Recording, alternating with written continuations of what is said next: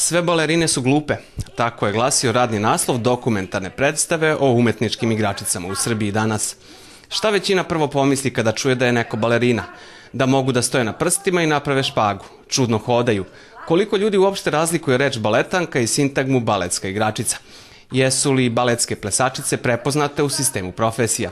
Ono što je meni bilo interesantno u vezi sa njihovim pozivom jeste to što mi svi znamo i pretpostavljamo koliko nenormalno velikog rada, odricanja i truda je potrebno da bi se čovek bavio umetničkom igrom, a koliko je ona zaista skrajnuta iz nekog mainstreama kulture u Srbiji.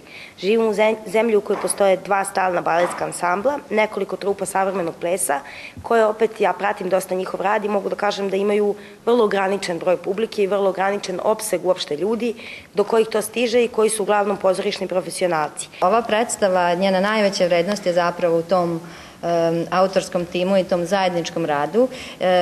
Ja sam dugo razmišljala o tome i imala sam tu ideju i ranije, onda kad sam gledala Minjanu predstavu Muškarčina, onda sam shvatila to, Muškarčina se bavila fenomenom muškaraca u Srbiji, onda sam shvatila da to treba da bude Minja i mi sa njom treba da uradimo ovu predstavu na ovu temu. Predstava je rađena u koprodukciji Srpskog narodnog pozorišta i Studentskog kulturnog centra.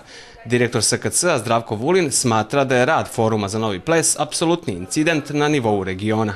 Forum za novi ples je nešto što je kontinuitet i jedna retkost, ne samo za vrstu posla kojim se oni bave, nego generalno jedna dragocenost koju mi nemamo na kulturnom tržištu i ova predstava u stvari ima tu diverzantsku ulogu, a to je da pokuša da kao incident stvori jedan kontinuitet u produkciji i u kulturnoj ponudi koja postoji.